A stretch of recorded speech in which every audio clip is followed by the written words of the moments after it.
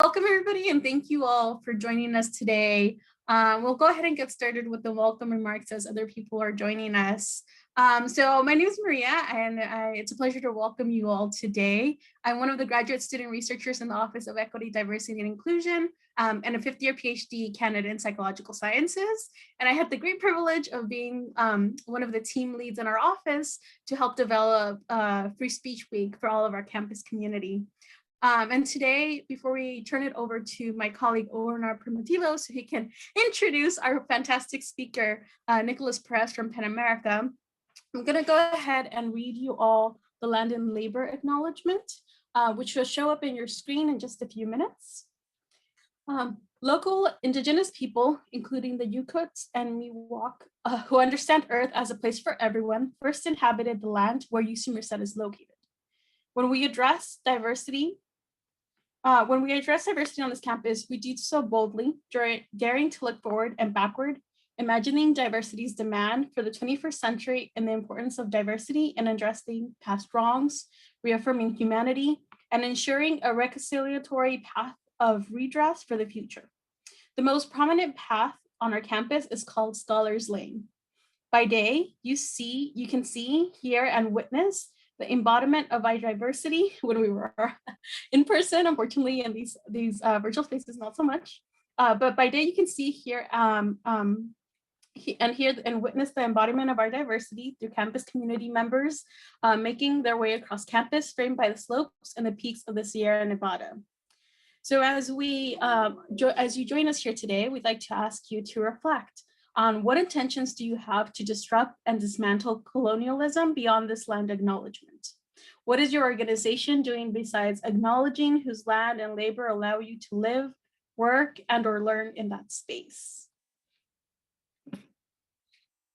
And that would be UC Merced's land acknowledgement, and it's something that we want to do and present for all of our Zoom sessions, not just for this event, but for others, to really acknowledge the people that came before us and the labor that has allowed us to, live, learn, and work in these spaces.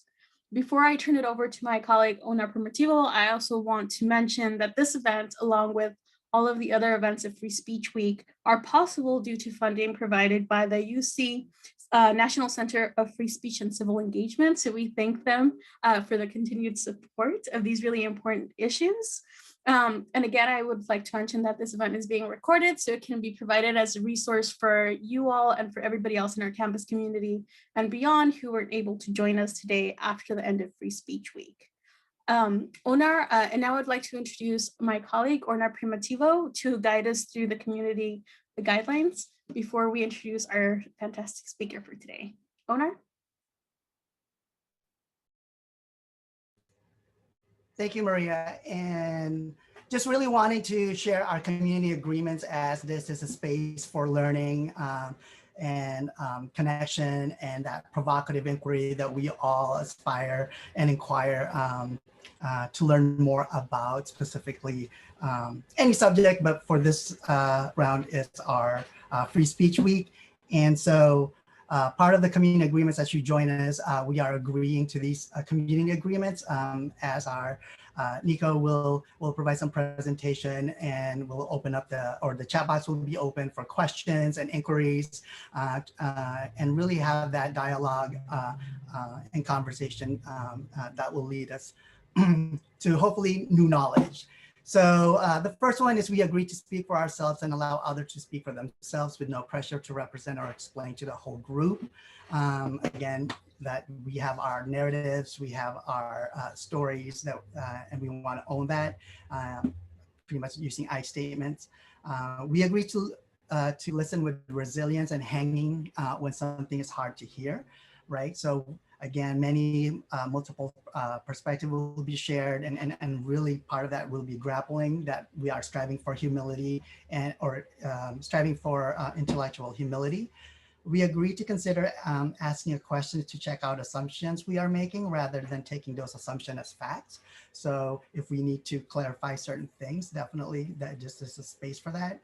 We agree to share airtime and participate within the suggested time frame, right? When we get some good conversation going on. And again, as a collective, storytelling is critical. And I think that's part of the magic, but also that because of the time frame, we want to be respectful of that. We agreed to not to interrupt except to indicate that we did not hear the speaker.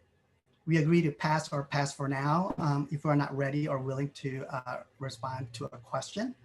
And so part of that, once in the chat, we will be collecting all of your questions to share in the space. When we agree, or we agree that when we discuss our experience with people who are not present, we will not attach names or identifying information unless we have permission to do so. We agreed that this space is a space for learning, recognizing that no one, including the presenter, is able to know all things. We are all in the process of learning. And part of that, another challenge that I put up out there is identify where your learning edges is and push it. For example, if you think I already know this, ask yourself, how can I take this deeper? Or how am I applying in practice what I already know? So those are our community agreements. We will remind folks again in the chat of our agreements right when we get into the presentation. And then so now let me introduce our speaker. Nico Perez is the manager of free expression and education at PEN America. He supports PEN America's advocacy, analysis, and outreach in the national debate around free speech and inclusion in higher education. Nico previously worked at Columbia University Human Rights Advocates Program and consulted for the Human Rights Education and Training section at the United Nations. He holds a master's degree from Columbia University in Human Rights and Humanitarian Policy and a bachelor's degree from Georgetown University in International Politics. He also was a Global Leader Fellow at Waseda University in Japan, a Model United Nations Advisor at Miracosta High School, and forensics researcher for Yahad in Unum Genocide Research Agency. And so Bobcats, please give a round of applause, and then I give the floor to Nico, our guest speaker. Wow, thank you so much. It's you know, really something to think about. All of these places I've had the privilege of being, and I'm just so excited to be here at UC Merced and to be with you all. I myself am from California, so I'm super excited to be speaking to a Californian audience. You guys have chosen the best state to pursue your education. Really excited to be here. I'm going to share my screen. And then also really just to start out, how beautiful it really was to hear, you know, all of these different community acknowledgements. And I mean, how inspirational, I think, to center us and center this conversation around human rights in such a place. I think, you know, and also I would also just add, I mean, I'm already reflecting on it, but how liberal and also how conservative such principles really are. Like how, like, you know, really the entire idea of the land and labor and appreciation for the space that you've come to, and the space that you're coming from, like how traditionally conservative and powerful an idea that is, but also with such an inspirational liberal twist to it too, trying to radicalize the potential of such a reflection. And, you know, reaffirming humanity, I think is an excellent point, you know, from your guys, from the acknowledgement at UC Merced. And that's really what this presentation here is about. And, you know, during Free Speech Week, this presentation is really about how do we center ourselves around that concept of humanity and around the concept of free speech as a human right, and how, you know, how that can really frame and improve our thinking around that to improve our discourse around these subjects, whether it be on campuses, domestically here in the United States or abroad even. I encourage people, again, here when I present, I have the California attitude as I approach most classrooms. I really like, you know, I like things to be casual. I like things to be interactive. Share your ideas in the chat. I love to respond. There's a few opportunities for interactive questions here too. But without further ado, I'm going to get started here. So the main message of, again, reiterating here, this presentation, what I'm going to be walking you through, is an argument really presented that, we don't talk about free speech as a human right as often here in the United States, and we ought to, because there's a lot of potential when we can radicalize our thinking around that concept by examining and learning about what challenges to free speech exist around the world and how we can use that to understand what's happening here in the United States. So we start with this presentation, we will start with the basic foundation of human rights principles. And the main principle of human rights is that they belong to everyone.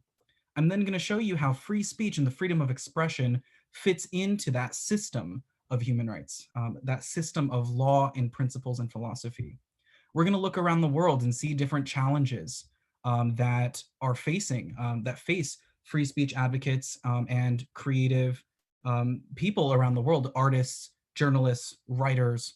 And then we're going to come back to the United States and kind of use that context to refresh our knowledge and re-examine some issues here in the United States pertaining to free speech and free expression.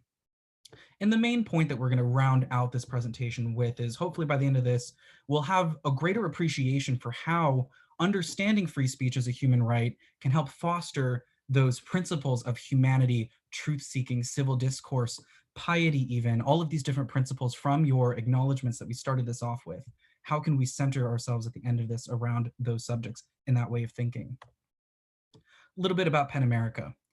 Just to kind of qualify here and really kind of give us a foundation of what my organization does and who we are. So we're an organization, we are celebrating our 100th anniversary next year, I believe. I think we're starting the celebration some point this year. But we are an organization over 100 years old. We were a community of writers in New York City who came together in the 1920s to establish an organization that would fight against censorship. They were originally poets, essayists, and novelists, PEN, PEN America. We don't really use that acronym as much anymore. We kind of just carry it as a kind of a historical vestige, but it's interesting to think how we're over 100 years old, and our mission is to stand at the intersection of literature and human rights to defend free expression in the US and worldwide. We have three major commitments. When you think about free speech advocacy organizations, because there are several out there, I think really what makes us unique is that not only do we have a commitment to free expression, but we have two alternative commitments, or not alternative, but two additional commitments that kind of work in conjunction. A commitment to also work to dispel all hatreds, and then also a mission to oppose mendacious publication, deliberate falsehood, and the distortion of facts. What we would interpret today as fake news, disinformation, misinformation, because we view those things as cluttering and clouding the atmosphere and the culture for free expression. So we do confirm that those are indeed threats. We are a membership organization based of thousands of writers, artists, journalists, and allies around the country and around the world. But we are part of an international network. PEN America is the largest center among 80 or 90 around the world. Every major country on earth that you look at, there is a PEN center there, which is it can range from a small to a larger community of writers, artists, journalists. Like there will be a group in PEN Algeria, PEN Myanmar, and PEN Belarus. We've been working very, very closely with, as you can imagine, from the recent protests in those countries. And so just to give you an idea that, PEN America, we are part of a broader international coalition working to deal with these issues. And so we're going to center, I just want to hear, discourse around human rights. Some people have different ideas of what, human rights means to them. Some people think of it from a moral kind of foundation, a philosophical foundation, a very practical legal foundation. Just wanted to offer this opportunity for people joining us to offer some reflections and reactions of what are human rights. You can provide some examples. You can provide in the chat, some examples, some thoughts, some philosophical framing. But when you think of human rights, what do you think of? I'm going to continue to prompt you guys until I start to see some stuff in the chat too.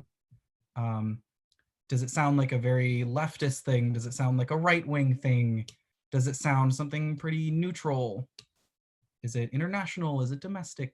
What are some of the words you think of?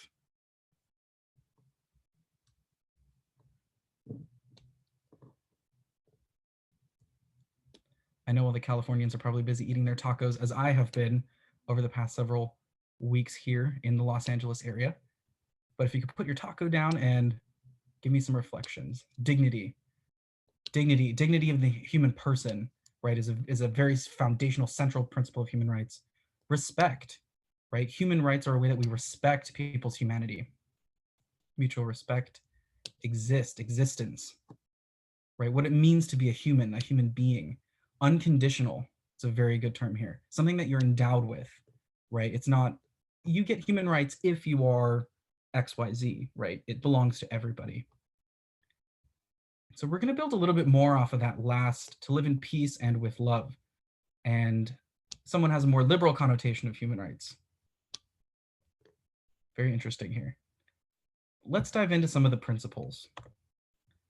So these are considered largely by many human rights scholars, legal experts, human rights diplomats, human rights career people, to be kind of the essential human rights principles that frame our thinking around this subject.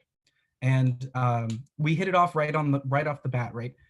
Human rights center around the dignity and worth of the human person. That's what they're all about. It's looking at people for their humanity, looking at people as individuals and believing that they are worth and endowed with certain rights, right? They are universal. They belong to everybody. If you are a human being, you are endowed with these rights. Inalienable, you cannot take them away. Indivisible, they cannot be given in part. They must be given in full. Interdependent, you cannot give one without the other. I'd also add here that they're non-hierarchical in that sense. The right to work in freedom, in human rights infrastructure, the right to work is no more important than the right to speech or the right to freedom of movement or the right to family. All of these things are seen as non-hierarchical and equally important as the other. It doesn't mean, though, that each doesn't carry a very important role. I would argue free expression carries a very, very important role within that framework, but we view them as interdependent. Equal and non-discriminatory. Again, going back to that universal concept. And then as rights, as laws, we're going to examine the international laws in a second, but really what do they entail for states and for countries that sign on to these principles? States are obligated to respect, protect, and fulfill. For anybody studying human rights or plans to go into that field, those are the three words that you will hear in human rights discussions, that a country must respect, protect, and fulfill. Respect means that they must, if they are giving a law, that if they are giving a human right, if they are providing that to their people, they must continue to do so. Protect means that they cannot take any away, and fulfill means that they should be taking active steps to progressively realize things that they are promising their communities in terms of human rights. But principles, when you come down from the philosophical realm to the legal realm, things tend to kind of try and keep their shape, but humans are imperfect. They are fallible, right?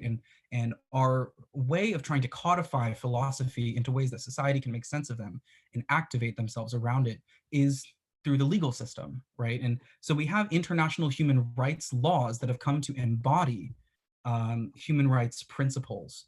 And we have here on the very first international human right law that many people will think of and reference is the Universal Declaration of Human Rights, written in 1948, coming out of World War II.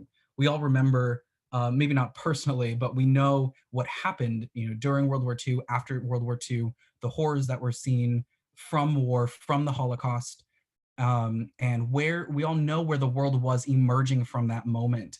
And the Universal Declaration of Human Rights emerged from that very same mentality that we were at as humanity, as a people. And it was essentially a document that was crafted by this group of characters on the left here. A lot of people think that the Universal Declaration of Human Rights might have been written, by a bunch of Americans trying to impose their Western agenda onto XYZ countries.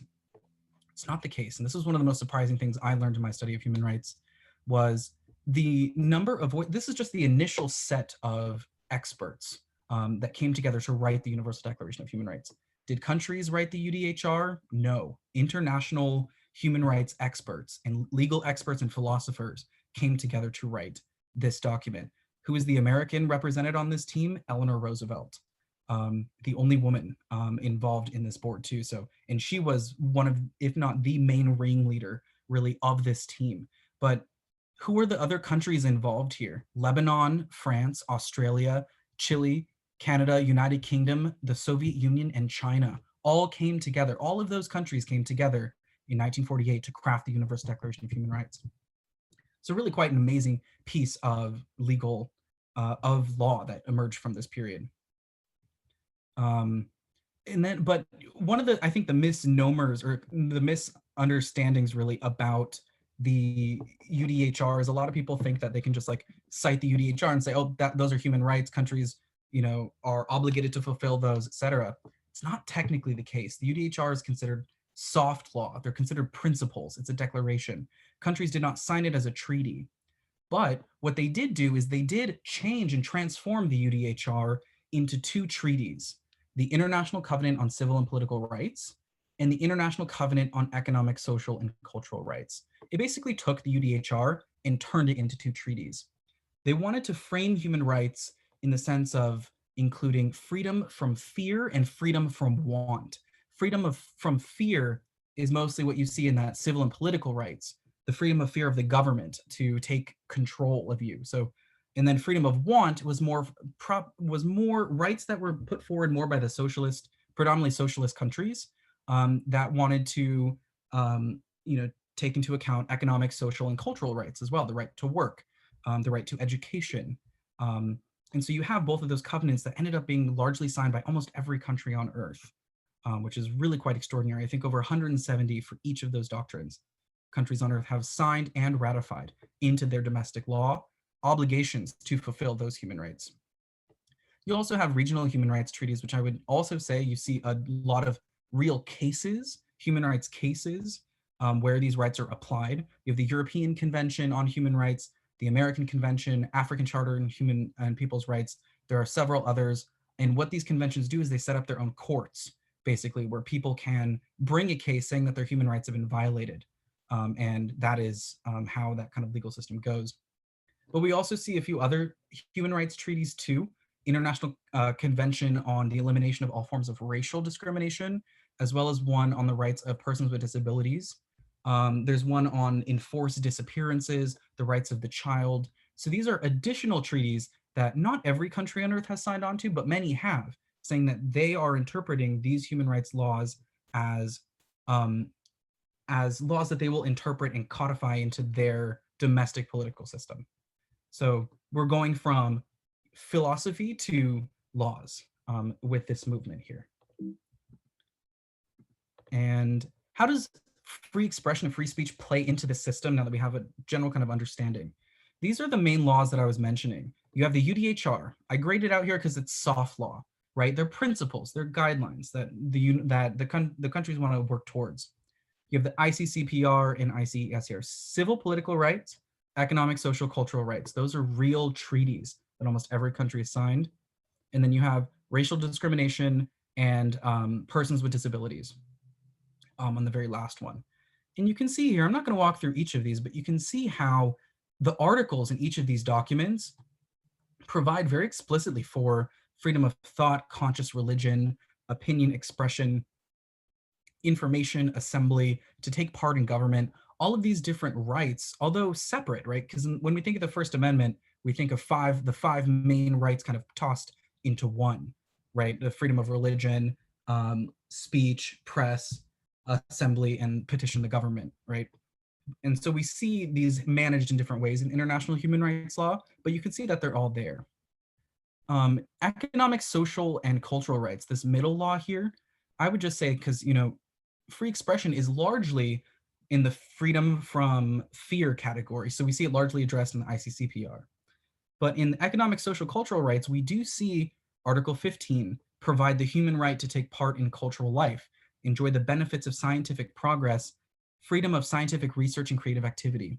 That has huge implications for free expression, to take part in cultural life, to express your culture, right? To enjoy the benefits of scientific progress. Think about the implications of that for disinformation. Disinformation and misinformation gets in the way of you enjoying your human right to enjoy the benefits of scientific progress as it pertains to COVID-19 and the vaccine, right? And then freedom of scientific research and creative activity. That directly has to do with academic freedom, right? The ability to study, research freely on campuses, university campuses. And I think it's interesting too, in the racial discrimination law, we have here, in the effort to, prohibit and eliminate racial discrimination, they clarify a bunch of different rights that this applies to, and it's basically every right. But they specify eliminating racial discrimination when it comes to the freedoms of thought, conscious, religion, opinion, expression, assembly, and culture, all related to free expression. So these countries that signed this document said they would take active steps to progressively realize the elimination of racial discrimination when it comes to those rights. And then you have another very interesting category here, the rights of persons with disabilities. Actually should be CRPD here. The acronyms get kind of fuzzy. But the CRPD here, look at this, Article 21, the expression and opinion, the freedoms of expression and opinion, and then to seek, receive, impart, and access information and ideas on an equal basis with others and through forms of communication of their choice. This meant that countries would take efforts to, they saw Braille, and they saw, a lot of different other ways of making readable materials and accessible information accessible to persons with disabilities. They saw that as a necessary commitment to uphold human rights here. So it's super interesting to think about that intersection as well. Next kind of component here of the presentation. So that's human rights, basically. That is a master's degree in human rights in a few slides, just for you guys. And then a little teaser really about how, free speech and free expression fits into that in a very legal sense. But I'm going to center us back, and you've probably been asked this question all week, and it's probably not the first time you will be asked this question. But when you hear free speech, what does that mean to you? And you can use some of the examples that I brought up before, but just curious, because this next section, we're going to talk about challenges to free speech. Also just kind of a refresher here, things that you saw in some of the last few slides. First Amendment, when we think of free speech, definitely. It's the American kind of frame of mind here, but I would argue, very, very influential, the Bill of Rights, Eleanor Roosevelt, her drafting and her assistance in drafting, leadership in drafting the Universal Declaration of Human Rights was heavily influenced by the Bill of Rights, for sure. Hi, Nico. I see that Ashley has their hand raised. Ashley, did you want to ask a question? Oh, sorry, that was an accident. But No worries. Well, now we're on the spot, Ashley. yeah. I guess for me, free rights is being able to kind of criticize your leadership and talk about problems that you have in the community. For me. Absolutely. There, I'm gonna lower my hand. Thank you. Absolutely. Right. We know the 5 freedoms of the First Amendment I just mentioned briefly ago. This is really just kind of a moment to kind of refresh, think about our kind of American perspectives here after we were just kind of emerging from that international human rights kind of framework. Having a voice. Right. Definitely an American kind of perspective here when we think of free speech. I mean, I must admit, there is kind of like a discrepancy in my mind. I think when I think free speech, I do tend to think more in the American context. But when I think of free expression, for some reason, it makes me think more internationally. But I think when we think of free speech as a human right, it kind of gets us to start from that American perspective and zoom out, which I think has a huge, huge, profound effect. Freedom of freedom to criticize, freedom to advocate. Absolutely. In the United States, we have this, like I was just saying, we have the Bill of Rights that frames most of our understanding of free speech. But, and you're going to hear more about this, I'm sure, throughout the week if you haven't already. We have, like when we think of the domestic context, we think First Amendment, but even then, not many people know and understand really what the First Amendment entails and what free speech means. That's part of what this, week, is about. That's part of what this field really is about, is to inform people about what their rights really are. First Amendment provides the 5 main protections. Again, that's religion, speech, the press, assembly, and the right to petition and receive redress from the government. I also put here, I just wanted to highlight too, this is a principle you probably might have encountered already too. Freedom of speech largely includes the protection of hateful and offensive speech. There's only several very, very high bars of thresholds where speech will cross the line, and the speech will no longer be protected by the law, by the First Amendment here in the United States. I put an example of some of the things here on the right of some of the things that are not protected by the First Amendment: harassment, incitement to imminent lawless action, defamation and libel, obscenity, child pornography, true threats, fighting words. Here I put in quotes just because they haven't really been used very actively in case law precedent here in the United States. But when it comes to these other principles, I think it's important to understand too, because you encounter some of these similar things that are not protected in other countries as well. Harassment, of course, this word is thrown around very, very casually, but legally, you know, the bar for harassment is very high. You have to prove that not only what somebody said to you was, you know, objectively offensive, but that it was repeated, that it was unwanted, that it kept you from accessing a public good. And really, if you ever feel like you're experiencing this, experiencing harassment, the most important thing is to document, because so many harassment cases are hard to prove in court when it comes to, you know, making that case. But that is an area that's not protected. Incitement to imminent lawless action. This has been a huge question, of course, with the insurrection that we witnessed on January 6th. Most people are, from what I've heard, you know, lean towards that you know, there was incitement, you know, on part of, you know, the president and several people that spoke, then to incite lawless action, you know, towards the Capitol. But this is again that question that we have here, because that, should it be qualified and viewed by that as the court, that is not protected by the First Amendment. Defamation and libel, targeting somebody's reputation with false information, whether orally or in writing. Obscenity, child pornography. These are things that are also, obscenity is left to the states really to determine what they view as obscene, and then they are able to regulate themselves. Child pornography, though, of course, federal bar, very, very clear for that being a not protected action by the First Amendment. That's really just kind of a refresher of free speech in the United States here. Under threat in the United States, so, you know, free speech, just because we have those protections in law, that's another main thing really to cover in this session. Just because these things are protected in law, it doesn't necessarily mean that they, in reality, are.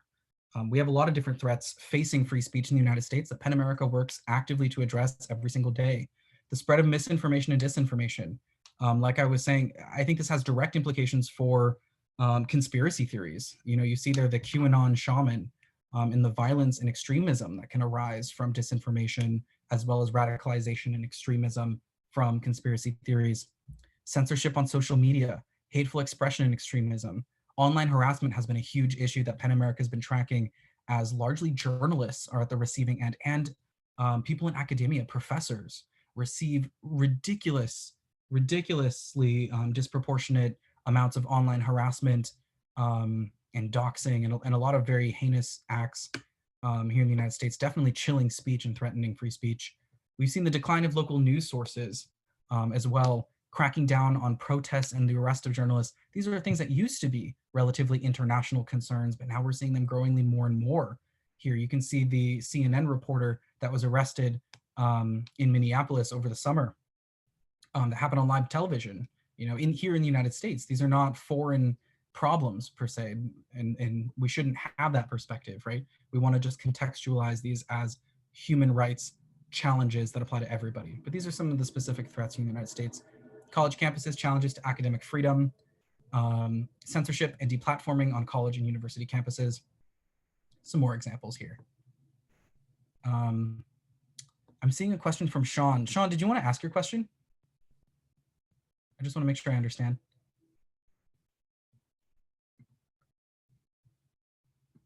Material support for terrorism. I'm not sure. So, I mean, I would think that when it comes to like the incitement to imminent lawless action, I do think that incitement to terrorism would probably be somewhat related, but I have to say I'm probably not 100% sure what the American context would be around that. I think there's probably its own law invoked to censor recent Zoom talk. The anti-terror law. I think I might know this case that you're talking about. It was I think it was someone from a predominantly, yeah, Layla Khalid, yes. Yeah, I'm not, I remember PEN America released some sort of statement on that case. I can try and pull it up here. But yeah, I might need to wait until we get to the Q&A in order for me to kind of exit the thing, but I can definitely share with you what our statement was, because I remember that being a case a few months ago. But similarly, thank you, John. But coming back to, thinking about some of these threats around the world, I think that, it's important to be thinking about, from in the United States, we face a lot of different challenges, right? Some of these challenges look the same in foreign countries and some of them look different, right? And sometimes it depends country to country. Sometimes it's the same country to country, right? But around the world, we see largely a lot of cultural and linguistic minorities being persecuted.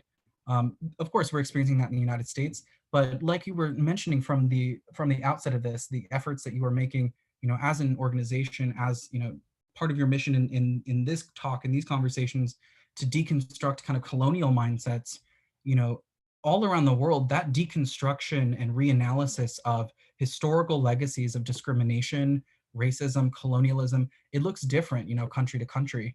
And so, in a lot of countries, the governments, authoritarian governments, are working to actively persecute and limit the rights and expression of cultural and linguistic minorities. We also see hate and extremism taking form in different countries, like differently, right?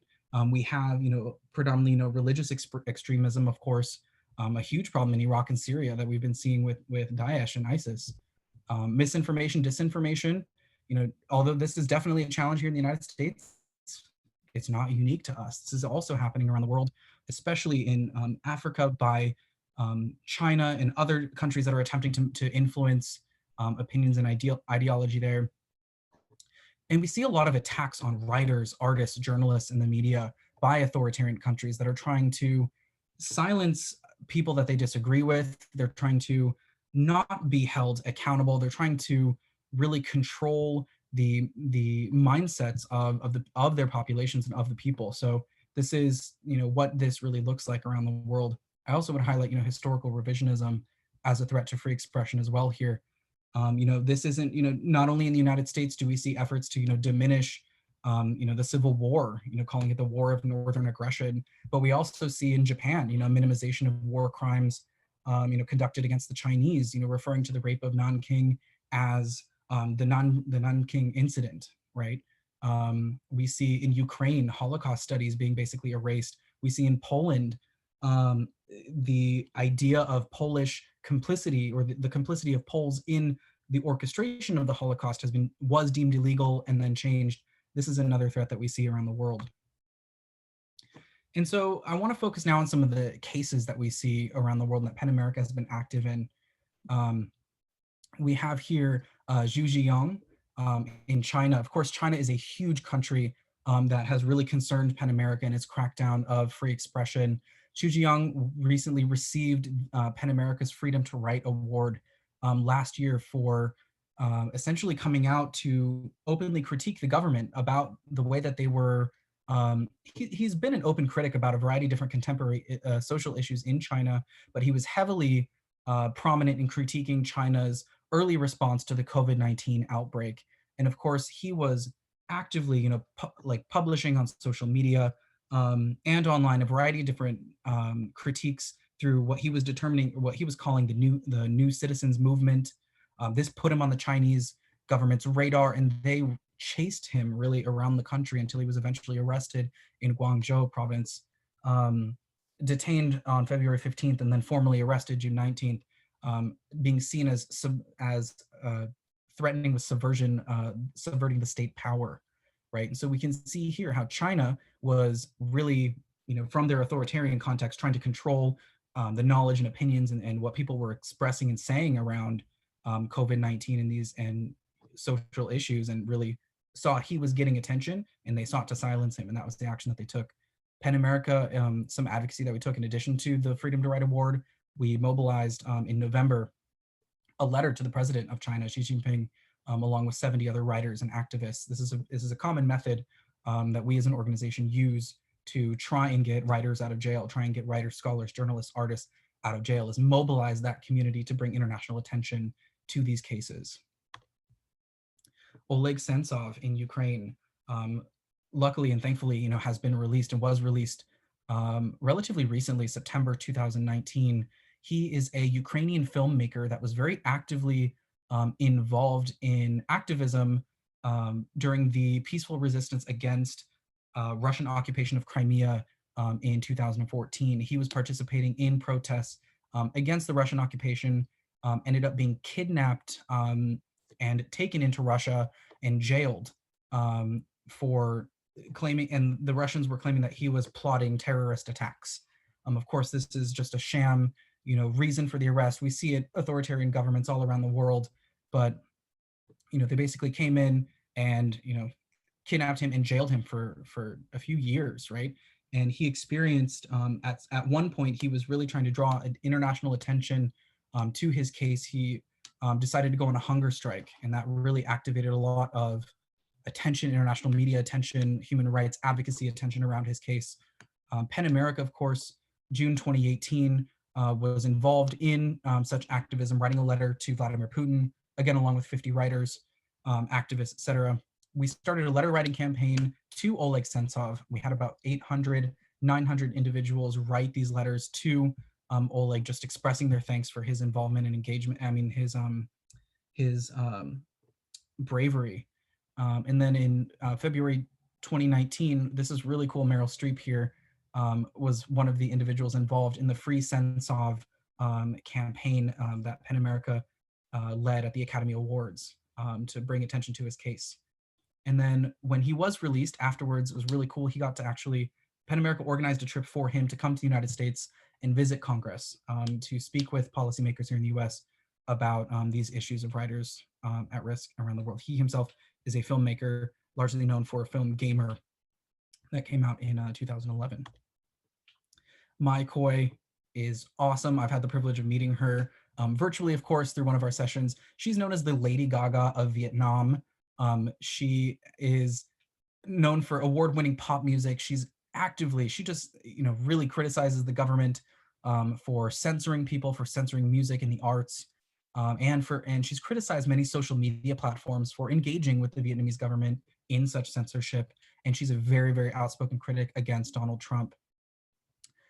She tried running for office in 2016, and because she was already on the Vietnamese government's radar as being very anti-government, she was flagged as kind of a dissident and told that she can no longer sing. So she's banned from singing in Vietnam and has been since 2016. In 2017, when Donald Trump was visiting Vietnam, she stood at the very front of the protest and held up a sign that said, peace on you, Trump, but crossed out the word peace and wrote piss. And that photo went viral. It was an example of her, really, trying to, stick it to the government, stick it to Donald Trump, because she really didn't, agree with his complicity and their cooperation, in corruption, really. Through PEN America, she's been involved in a lot of, she's been kind of one of the leaders, really, through that our Artists at Risk Connection presents as, one of the key people involved in speaking out about these issues.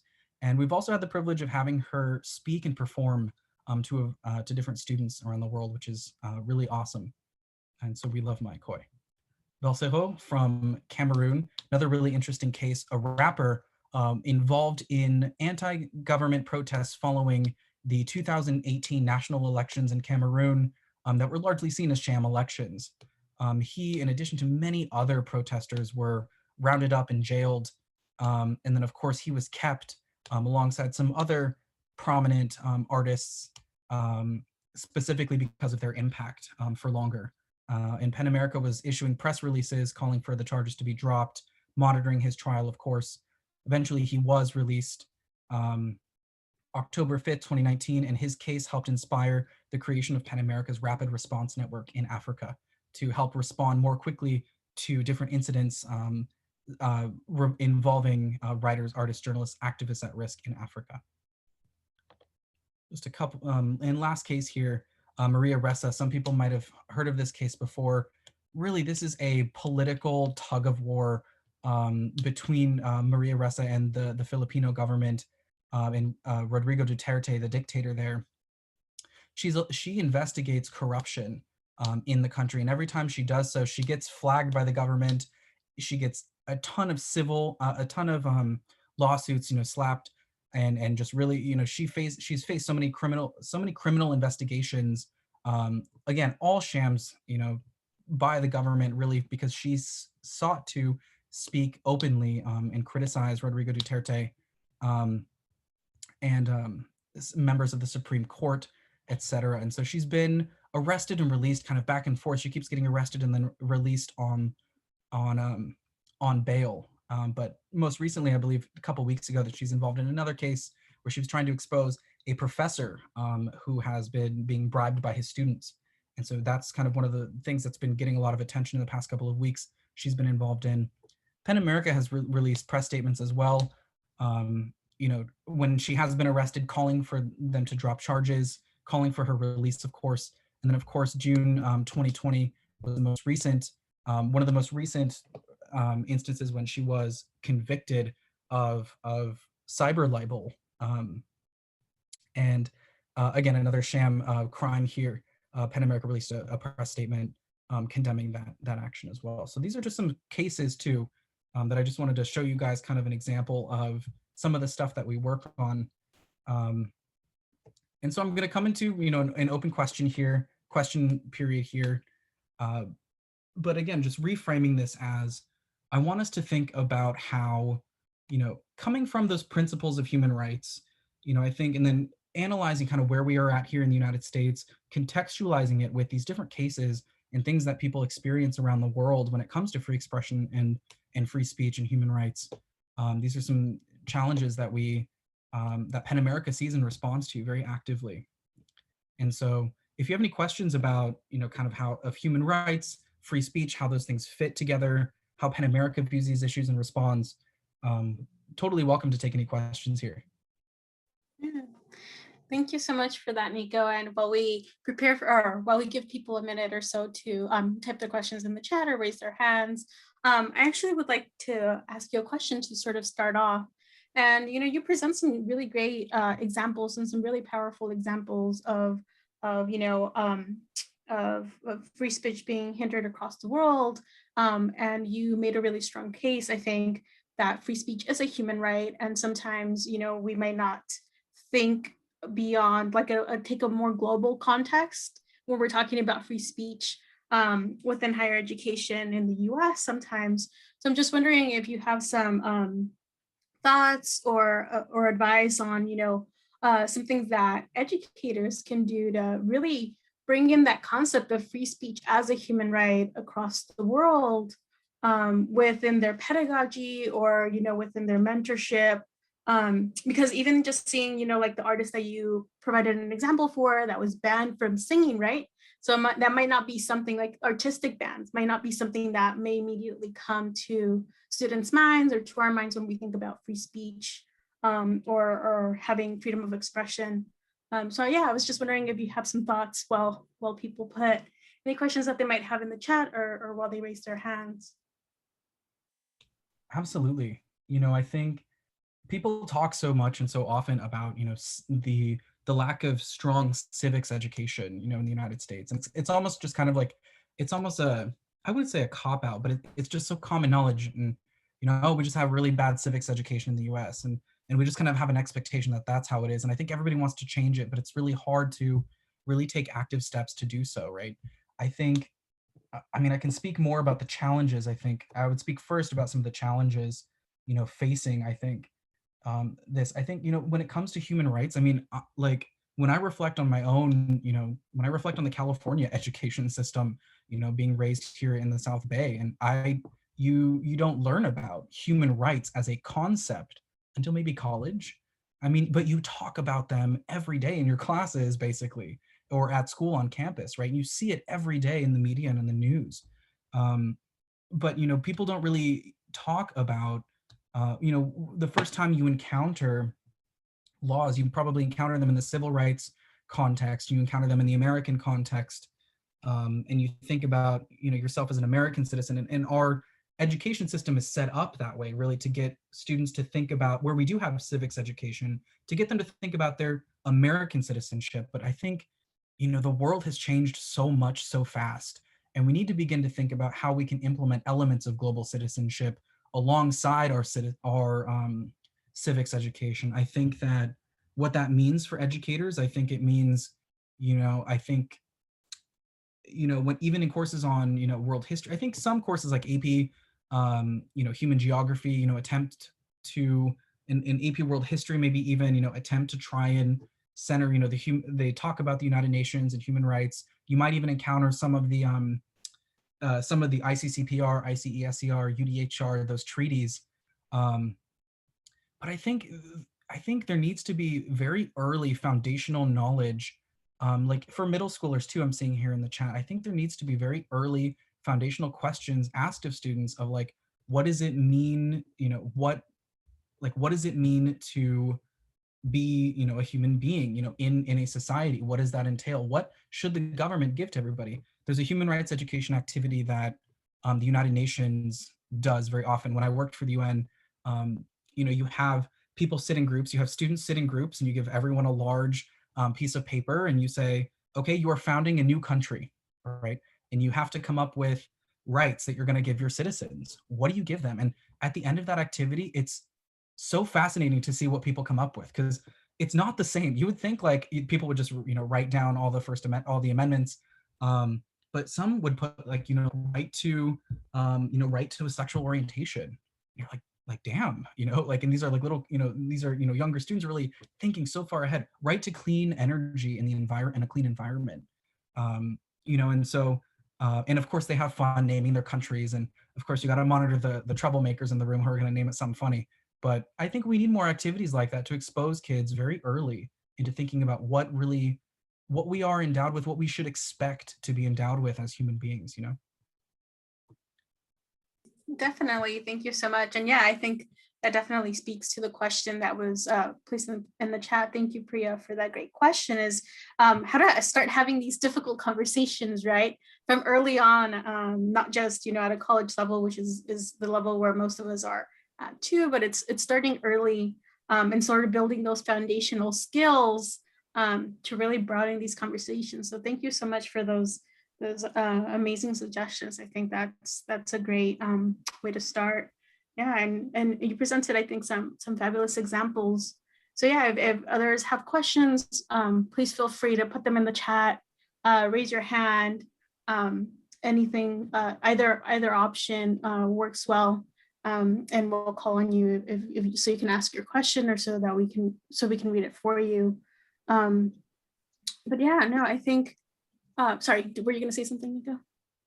Yeah, I was also going to just respond to too. If Priya also wanted to know, I have a recommendation specifically for high schoolers, and I see we're getting something in from. Yeah, I'm here. Hi, Nico. This is Priya. Hi. Can you see me? I'm scrolling through. There you are. Hi. Yeah, can you see? Yeah. So I asked that question because I have 3 kids. I have 2 middle schoolers and I have a high schooler. And so much of their lives is on internet, is on Instagram and TikTok. And, I tell my kids almost every day, don't say anything on Instagram or TikTok that you would not say to them to their face. And I also want them to realize that it's permanent once it's there, so choosing words carefully. So I really like your idea of like building this country and giving them rights. And what I did pose a question one time to my kids, and I said, what is one right? And they said, absolutely, like everybody should be free to love whoever they want to. And I was amazed at, a 12-year-old telling me that. And I'm just like, okay, we're good. And then my son he's in a debate team and is talking about, WNBA players not getting paid the same as NBA players. So they are equipped to think very critically. And I think for me, what's missing is that critical analysis of if we don't go through something, how do we still understand what someone else is going through? So if you can if you have some resources, if you can put that in the chat somewhere, I would greatly appreciate that. So because I want to take it to our school boards, because I think school boards have so much influence about what, and I want them to say what's missing in their curriculum and how can we enrich the curriculum for middle schoolers and high schoolers. And it's such a natural hunger from young people to know more about the world and to know more about others. And I think that's something that we've seen at Penn America through our educational work, through various institutes that we've been doing. I just came off a call right now before speaking to you guys. I was with the former director of Voice of America, the largest international broadcaster in the world, basically. And we met with a group of 40 students, high school students, in their free time, like signing into Zoom, being like, what can we do about global free press issues, right? And you just see a hungering of, students, people like to discount, I think, Gen Z and young folks, for being on their phones all the time, digesting news on their phones all the time. But I think young people themselves are kind of sick of it. They want the truth. They want to know how to identify the truth. And they want to know how to get others to mobilize around the truth and around these things. And so, that's something Penn America, we've been actively trying to be in tune with young people, around these different issues. One thing I was going to say too about, high school students, hearing about, debate teams, I cannot stress enough, how important exposure to real robust debate and simulation, I would add, is in, the development, I think, in academic development, I think, of young people and high school students. I myself was a Model United Nations instructor for one of the top schools. Southern California has one of the most robust Model United Nations, UN simulation debate team networks in the country. And what that did for me in my ability to think critically about international issues and all of my peers, and to see everybody, who was in those programs, where they are today and how they approach these issues, it really speaks volumes to when you're able to get students to think about international affairs, simulate some of these issues, see others. And yeah, it's challenging, so I think really trying to find any opportunities where, students can debate others. Penn America, I'll plug to in a little bit, we have a program for high school students and college students as well, coming up on global international affairs. So that's super exciting, but I'll end the presentation with that. Did we have another question here or a couple? Yeah, definitely. Thank you so much, Nico. We had a person, Karen, who would also encourage us to be critical consumers of information, and encouraging that in high schools. And we did have a question here saying that you highlighted from Danya, saying you highlighted some cases, and they noticed that in South America, Central America, and Latin America, and the Caribbean were absent in some of those cases that you highlighted. And those are sort of the regions that they're the most familiar with. And then they're just wondering if you have any cases in those areas of the world, or if there's a region of the world that Penn America is more involved in, or perhaps a little less involved in. And after that, if you can speak a little bit to how you decide as Penn America, when to engage in certain cases around the world that may emerge about freedom of expression. Really, really great questions. So I should tell you, I know John is also, with us right now, my boss, supervisor, director of free expression education. I originally had a slide of 8 to 10 of these cases, really trying to be as diverse as possible from all around the world, but it's so hard. Penn America, we have the Writers at Risk database that we just released last year, and that it counts, hundreds of cases around the world, and what their status is and what Penn America's actions have been. Largely, I would say my general kind of assessment of Penn America's activity in those regions, in Latin America, Central America, South America, Caribbean, etc. We largely have been dealing with a lot of cases involving artists. I know that there are several artists that have been persecuted. Luis Manuel Alcantara, I think is his name, a prominent artist in Cuba that have been targeted by the government. You have an interesting case in Brazil with Renata Cavallo, I think is her name. She is a trans individual who is involved in a lot of art depicting Jesus as a trans person. And she's been censored quite frequently by Brazilian government and different outlets there. So by no means is there any region of the world really that isn't facing free expression challenges. It's just the challenges, of course, look different a little bit country to country. Mexico, of course, I would add, one of the most dangerous country for journalists outside of the Middle East and Iraq and Syria. And so the persecution of journalists in Mexico is its own very difficult issue. PEN America hires regional representatives, and of course coordinates, with PEN Mexico and with, other countries as well that are experiencing different challenges. We coordinate our responses, which kind of leads me to my response to your second point, Maria, of, how do we decide, when to engage? We were just having this conversation earlier today, and I mean, that is our work every day. Is we look all around the world, everything happening here in the United States, and in foreign countries, and PEN is a small team.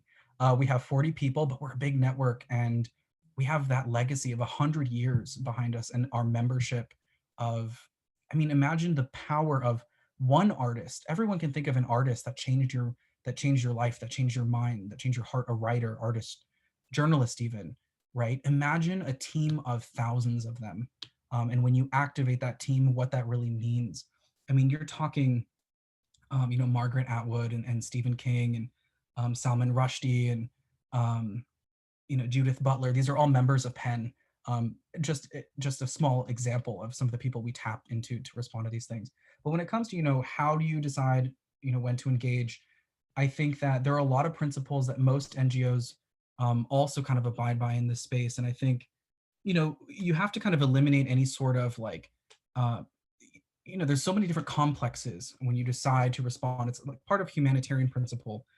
You have to kind of work through your own, savior complexes, your own complexes that what's better to fix a problem in a foreign country. You have to center the voices and the people of the communities that you're working with.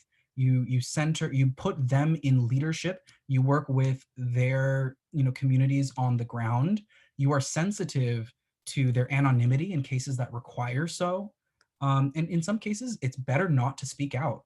In some cases, it's very much better not to speak out because it could bring attention to a writer's case, and that could be flagged for the government. So some things we have to manage case by case, how to get the writer out of jail, how to bring attention to this cause. It looks different, case to case, but that's a little bit of the flavor behind, some of what goes into that decision. It's a very, very tough process, but I feel like we do it pretty well. Definitely. Thank you so much, Nico, for providing, a little bit of a peek behind the curtain in how PEN America goes about their engagement. And there were some wonderful resources that were put into the chat about some of the things that you mentioned, highlighting some of the Latin America artists in Cuba and things like that. And I think, part of your answer sort of touches on and a little bit of another question that was asked in the chat by Karen was asking, I think we're waiting a little bit too long to an earlier point that you made to ensure that students have the skills to understand facts and truth. And they're wondering, do you know if they're doing anything about this in the US? And I think that kind of touches a little bit on the program that you teased a little earlier that you'll talk about in a few minutes. But yeah, no, thank you so much for that response. Absolutely. Here, waiting too long really to ensure students have these skills. If anyone's doing anything on this in the US, again, I just came out of a conversation with Amanda Bennett, former director of VOA. We had a very similar question here of just like, because there were young people that were saying, how do we mobilize ourselves? How do we mobilize our young communities around these skills and around trying to arm ourselves with disinformation defense, right? And the truth is that there are a lot of organizations out there and a lot of resources, but the challenge is connecting young people to those resources.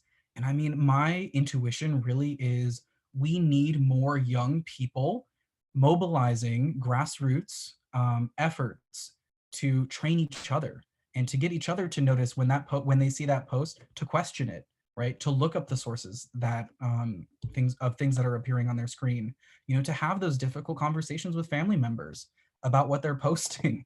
And I think the more organizations like PEN America can do, and universities too, I think the more that institutions can do to be really trying to engage and provide platforms to these young people, I think is better. A lot of young people, they want to do amazing things, but they don't know where to go. and there's not enough organizations reaching out to them, trying to recruit them. A lot of organizations don't know how to reach young people. And so I think the more efforts that we make as institutions to reach them, provide them with platforms to lead, I think we'll start to see some of these cultures start to shift. But I think I also have a final part here that I wanted to transition to. Does it make sense to kind of move towards that? My last kind of final thoughts here. Definitely, thank you all. And yeah, if other questions come up, please put them in the chat if that is something. And thank you, Nico, for answering some of our questions. Absolutely. This is what it all really comes down to, right? I told you about the human rights infrastructure, so I showed you what they look like around the world, and what these principles look like, how free speech is a part of that. And then, we examined here in the United States what free speech looks like, and then again, zoomed out around the world and looked at what those challenges are.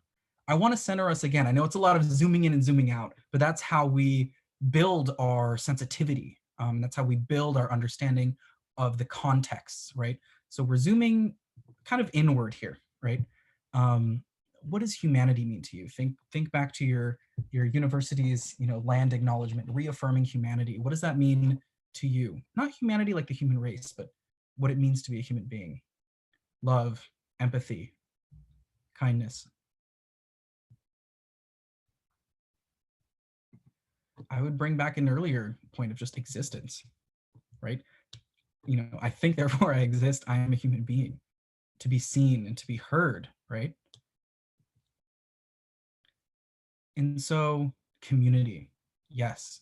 There's something very individualistic about that term humanity, recognizing someone's humanity, but it's also communal, right? It's at the same time. It's very interesting here. Worthy of living, worthy of and endowed with things that we call human rights, right? Bringing us full circle here. What is the point of all of this?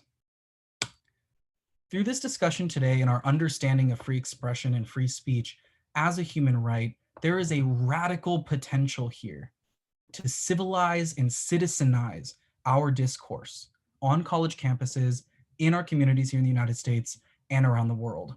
I put here, some of you guys know this is Free Speech Week. I'm not sure I don't think you guys have Cornel West or Robert George. Do you? No? If you guys ever have the privilege of watching or meeting, these two, they are fascinating to watch. They are the example, I would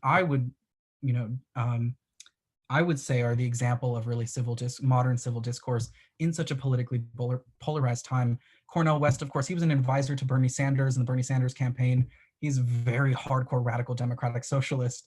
Robert P. George, another professor, radical in his own way, as a very demonstrative conservative, but not in the kind of neoconservative sense, definitely grounded in senses of traditionalism and piety and owing to our ancestors and who we follow, and to see them engage and to talk about free speech and discourse is very inspirational. And some themes that I take away from listening to them, around these concepts of humanity and human rights. I think that moving forward beyond this presentation, now that we understand free speech is a human right, it's part of international law, it's part of the philosophy, it's what we have in the United States, it's what we see around the world, right? In our day-to-day lives, in our everyday lives, what can we do? Center yourself with humanity. View yourself as a global citizen. You are a citizen of the United States, but the world has changed so much. We are a community of nations, right? So be thinking about how the US plays, how your citizenship here in the US is connected to people beyond our borders. Identity. You cannot talk about free expression without identity. Identity and expression go hand in hand. If you have an identity, but you're not able to express it, what is an identity at all? Emerge from this conversation knowing that what it means to be a human being means that you're endowed with an identity and you have the right to express it. Allyship. I think this is also super, super key. When you see, you will learn, this week, I'm sure, free speech comes with its challenges. Free speech often means protecting people that you disagree with, things that are offensive, things that are hateful even, right? And so when you see hate in your community, extend yourself as an ally to help others, and to be there for others, I think is part of that citizenship. fallibility. You know, people make mistakes. You know, thinking about cancel culture and all of these kind of gut reactions to, you know, censor people. I think we have to rediscover that sense of forgiveness. I mean, I think we have to approach conversations and people believing that they themselves, you know, want to be better and they are committed to truth seeking as well as you are. People will make mistakes. If you make mistakes, the sooner that you can realize that and approach that, you know, is so powerful. And empathy. You are having a conversation. When you disagree with someone in conversation, you are conversing with a human being. They have a family. They have a history. They have an experience. In what ways can you in your dialogue acknowledge that and respect that? And don't start your conversations with abortion, issues you disagree with, immigration policy. Start your conversation with, you know, tell me about your family. Tell me about where you're from, right? These things have a lot of power. That's how you develop trust. That's how you change minds. That's how you know, seek the truth. And then I think in the university context, you know, committing ourselves to truth seeking, academic freedom, the spirit of inquiry, being open to possibilities. These are all things that we can practice in the classroom, in our professions as educators, you know, really embodying what it means to, you don't know everything. You don't know, we all don't know the truth. We all think we do, but we're all working towards it, right? And acknowledging that, asking questions and being open to being wrong, finding that sense of humility. And then like I'm saying here at the end too, piety. This is a very strong conservative notion that I think holds so much weight, and it's lost today so much, I would say, on the right, and but also by society at large. And that's really the foundational principle of realizing exactly what UC Merced is coming from, acknowledging and respecting your forefathers and mothers and persons, right? People that came before you, the land, the labor that they set up for you to succeed. What a radical conservative notion that they have endowed you with that, you know, sense to protect that in your communities. And so that's what free speech as a human right means to me. I hope that you guys were able to impart something from that. We actually have yeah. a question go for it. from Dr. Malloy. I don't know if you want to take it before the final Absolutely. slides. Sure. Yeah. Dr. Malloy, would you like to ask your question? Yeah, sure. It's in typical academic fashion. It's kind of a statement masquerading as a question. But I'll promise to read the question at the end. And I wanted to push back gently on this, some of the language about civility and civilizing as a term, because, you know, as we all know, those, for one thing, those terms have a very loaded history. The indigenous people who were invoked in the Land Declaration at the start of this talk were murdered and displaced in the explicit name of a civilizing mission. Right? That was the language that was used at the time. And it's still, that language is still used today to silence people who are critical of oppression. I mean, just for my personal example, and this is not me, but I've been in faculty meetings where faculty of color have complained about the way they have been treated, complained about racism, complained about sexism, and they have been accused of being uncivil because they have, you know, broken the rules of decorum in calling attention to their oppression. And so I wonder how you balance that, and right, like, how do you have an obligation to be civil with someone who has their knee on your neck? What a very deep, you know, thoughtful, I think, you know, point. And I think that, you know, this is exactly how we should be approaching these conversations. Words matter. Words have history. And I think, again, to acknowledge, you know, that when I was using, you know, civilizing the discourse here, I was thinking about like civil discourse, and like I was thinking more about like activating the civil participation. Like I was thinking more maybe civics. So perhaps it really isn't the, you know, the word perhaps here, but I think, you know, what an excellent, you know, example of how words have these histories and how we should be making active efforts to be finding better words to use that can match our current discourse. And so I really appreciate that comment. And I think really what I mean here is, you know, finding ways to embrace, and I mean, even citizenship, right? I mean, if we think about it, it has implications for undocumented persons. I'm talking about citizens, like in some circles, some can interpret it this way.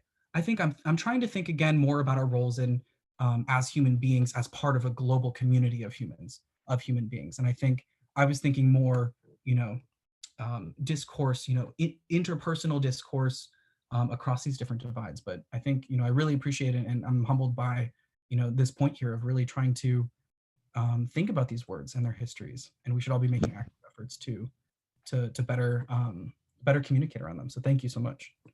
Thank you.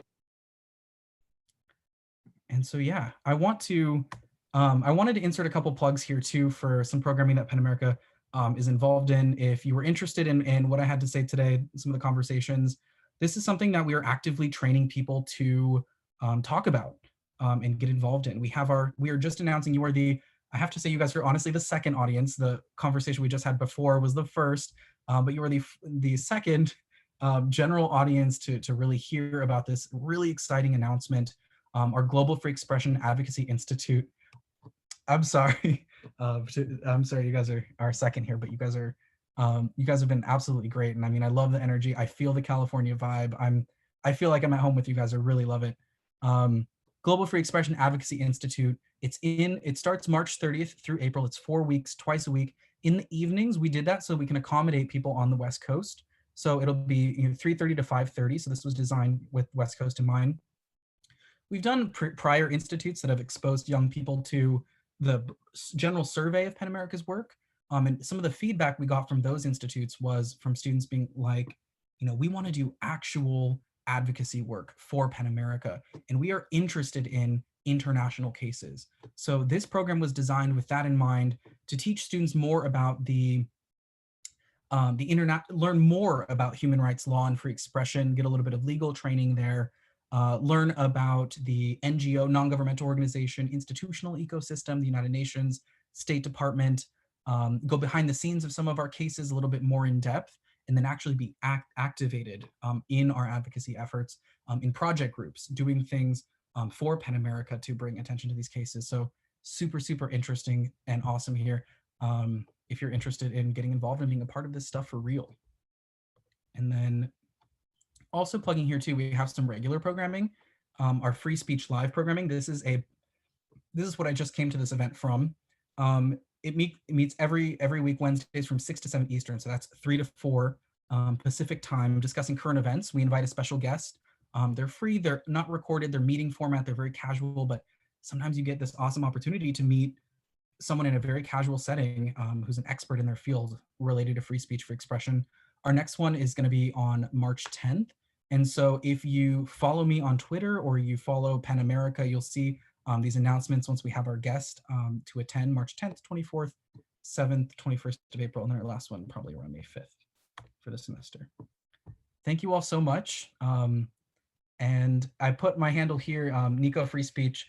The Twitter is nascent. We're still constructing, but I would appreciate a follow. And if you have any questions at all, you can feel free to email me at nperez@pen.org. Thank you so much, Nico, for that fantastic presentation. And we will post this information, or we will share this information with everybody that registered with us as well. So you don't have to worry about jotting it down if you don't have anything near you. And so yeah, thank you for that presentation. And now we're going to quickly just shift over. If you all join me in first clapping to our wonderful presenter. There's your reaction buttons. Feel free to use them. And now we'll transition a little bit to our giveaway that we do at the end of each session. And this is just a free ebook giveaway for CAST, Origins of Our Discontents. We'll select 5 winners, and I'll hit this button 5 times for our lucky winners. If you don't win the giveaway this Zoom session, don't feel disheartened or anything like that. We have 3 full Zoom sessions tomorrow. One of them is another presentation by PEN America. It's about free speech in everyday life by Jonathan Friedman. And yeah, so I welcome you all to register for those Zoom sessions if you haven't registered for them already, and you'll have a chance to also win one of our awesome ebook giveaways. So I'll just hit it 2 more times, and then we'll conclude today's session. Woo. It's exciting. But yeah, this book, Past the Origins of Our Discontent, is written by Isabel Wilkerson, who's a winner of the Pulitzer Prize. And in this book, the author really provides some amazing writing using examples from real life and about the US's history. And it ends the book by really providing some points to Nico's earlier point of how to join together and become connected, you know, even though sometimes we may feel a little bit divided. So it's a great book and very relevant for free speech week. So that's all of our 5 winners for today. If you won, expect an email from me later on, just to ask you for some information so we can get that ebook to you whenever it's available. And yeah, I'll turn it over to Danya Matos, our Associate Chancellor, in case she has any final thoughts. And then we'll go ahead and conclude today's. Thank you, Maria. Thank you, Pan America. Thank you, Nico. I know when we conceptualized this, we really wanted to bring the global context. So I appreciate you bringing in that, engaging us, and reminding us of humanity, right? I think it's so easy to forget that part of it. So we look forward to engaging with Pan American tomorrow. And it's Jonathan, who I think was joining us today. We also have a town hall led by the provost. And what else, Maria? I feel like it's all and then we'll conclude. No, thank you so much. And we'll conclude tomorrow with a wonderful presentation from one of the UC Center for Free Speech and Expression, one of the UC fellows from last year. And there'll be a great panel presentation about how to collaborate and use our voices together to build advocacy with students, staff, and administrators, which I think is all very relevant to higher education. But yeah, thank you so much, Nico, again, for your wonderful presentation today. And I hope you all will join us tomorrow as well. Have a nice night, everybody. Thank you for being in community with us. We love y'all. Bye. Thank you all so much. Take care. Thank you, Nico. Thank you, everyone.